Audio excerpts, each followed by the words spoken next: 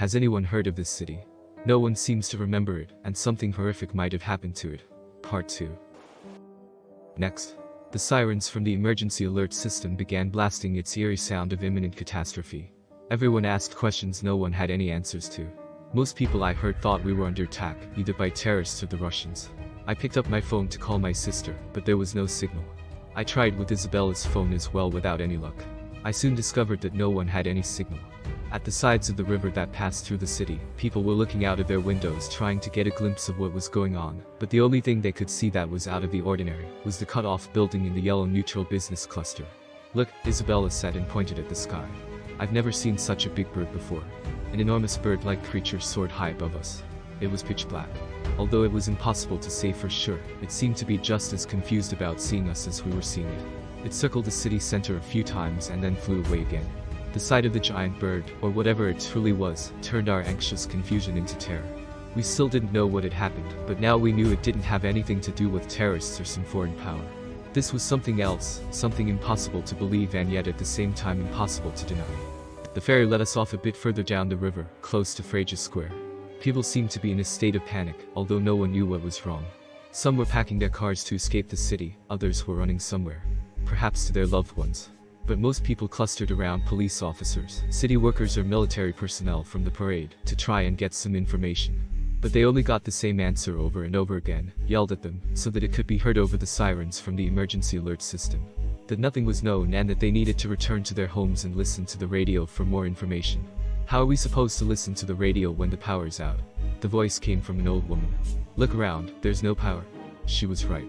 Go home and close your windows and wait for the power to come back, a policeman said. We don't know what is going on, but the safest thing to do is to follow the procedure. He was interrupted by something happening a few meters away.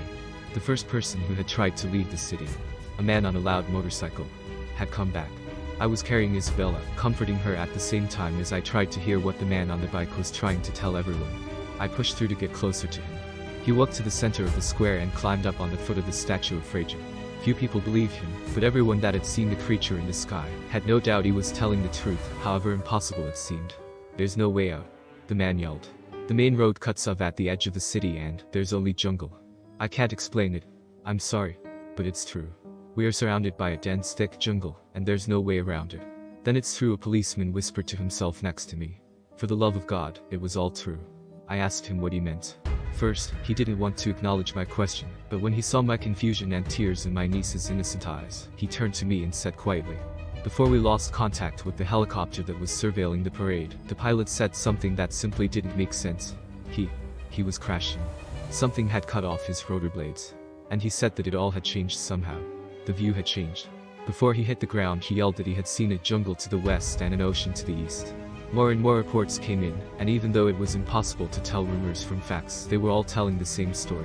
The entire world around the city had been replaced in an instant.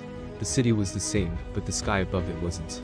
Eventually, the screaming sirens went silent, the cars stopped beeping their horns, and the cacophony of voices died out. An uncanny silence fell over the city. The feeling was beyond unreal. I didn't know what any of this meant. I tried to explain it to my niece, but she was only 5 years old and she couldn't understand. She wanted to go home to her parents and I didn't know what to tell her. She was tired and needed rest, so I went to a hostel nearby and paid for a room. Soon, the economy of the city would collapse, but for the first few days in this new unknown world, people still accepted money as payment. What followed was 5 years of unending trials and hardships, a continuous battle for survival, with no hope for help or rescue. It started during the first night. The sun, identical to our own yet new and strange, sat due north instead of west, and was replaced by unrecognizable stars covering the entire sky. As I looked up at them from the small window in our room, I didn't feel awe, but rather I felt completely lost. The strangest feeling during all these years must have been the paradoxical sensation of familiarity on the streets, mixed with the awareness of total displacement. I think this was partly why people kept close to the city center, to drown themselves in the illusion of being home even though they knew, deep down, that they couldn't escape their fate as stranded in the unknown. Then, as I leaned out the window, I heard the sounds. People screaming, gunshots, cars driving madly through the streets without anywhere to go, and the occasional loud howling that made my blood run cold. I never saw anything of what happened that night, but it changed the population, more than 2 million people, forever. I closed the window and hid behind the bed with Isabella. She wanted to cry for her mother, but I kept my hand over her trembling mouth. The next night was calmer, probably because no one dared venture outside. During the days, I soon realized the threat didn't come from the unknown jungle outside of the city, but from the people within it. It was impossible to tell how much crimes were committed, but given what I saw with my own eyes, looting, robberies, and even murders, I figured the rate of crime must have gone up by a lot. However, it wasn't total anarchy. The police and the few military units that had been in town for the parade kept some vital order to the community. Since ordinary people didn't have guns, the police and the military wasn't threatened by the average citizen. The leader stepped forward, the man on the motorcycle, and after a few weeks, everyone seemed to cooperate peacefully. The food that was left in the stores were mostly distributed fairly, and everyone that could work seemed to do it without hesitation, even I. The scientists that had been working at the university at the time of the event couldn't figure out what had happened, but with the help of hundreds of citizens, they managed to build a small nuclear power plant that could return electricity to the city. I mostly helped out with that project. I didn't know anything about nuclear physics, but I did what little I could. It was amazing what we were capable of as a people, and in all my dreadfulness, a feeling of pride grew in my chest. Although, our time in this world wasn't simple. Far from it. Aside from my personal problem with keeping Isabella healthy and safe, which I succeeded with although she never felt safe, there were three major problems that kept growing larger for every week. The first one was the food and water situation. Some people had managed to grow wheat and potatoes in parks and on soccer fields, but it wasn't enough. We were running out of food and water. It did rain from time to time, but very few people felt safe drinking the rainwater. To battle this problem, and to find solutions to some other problems as well, expeditions were sent out to explore the jungle. These typically ended the same way, that is, with no one coming back. Only once or twice did someone manage to return to the city, but they weren't themselves anymore. It was as if something in the jungle had captured their souls and let their bodies walk back unscratched. The second problem was nature. It seemed to have spared us the first couple of months, but soon after we got the electricity back it turned on us. It took a while before I saw it with my own eyes, but, seemingly at random, mysterious creatures entered the city. Sometimes they just walked right through it, never to return again. A policewoman, one of the new recruits, told me that she had followed a naked blue child, as it solemnly walked into the city, and then back out of it again. At other times indescribable monsters wreaked havoc on the streets, killing as many people as they could before returning to wherever they came from. At one point, and this I actually saw for myself, an enormous centipede, pure white with hundreds of red eyes, suddenly appeared from a manhole. It quickly climbed up against a building, as if it knew exactly what it was doing, and entered one of the windows on the top floor. Next came the screams from the people inside the building. A few escaped, but everyone else inside were ripped to shreds. Only after about 5 minutes did the centipede exit the building from the entrance, its white segmented body stained with blood, and return down the manhole.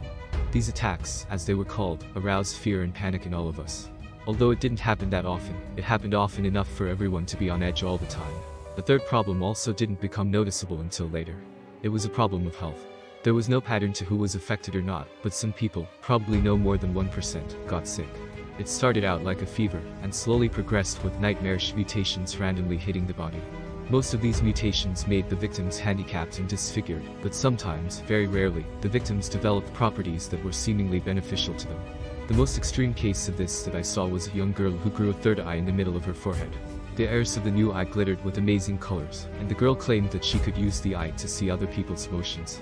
At the beginning of the health crisis, the sick people were treated badly, just as if they had been monsters from the jungle. This treatment only got worse when it was revealed that the creatures from outside never attacked the sick. At one point, a mob gathered at Fraser Square, set on chasing the sick people out of the city. Luckily, this was stopped by the military. In the end, however, the sick people were sent into the jungle. Not to be away with them, though, but to make use of their immunity to the nature of this world. This turned into a huge success that eventually solved the food and water problem. They could venture out and explore the surrounding area and return with edible fruits, vegetables, and small mammal-like animals that they hunted.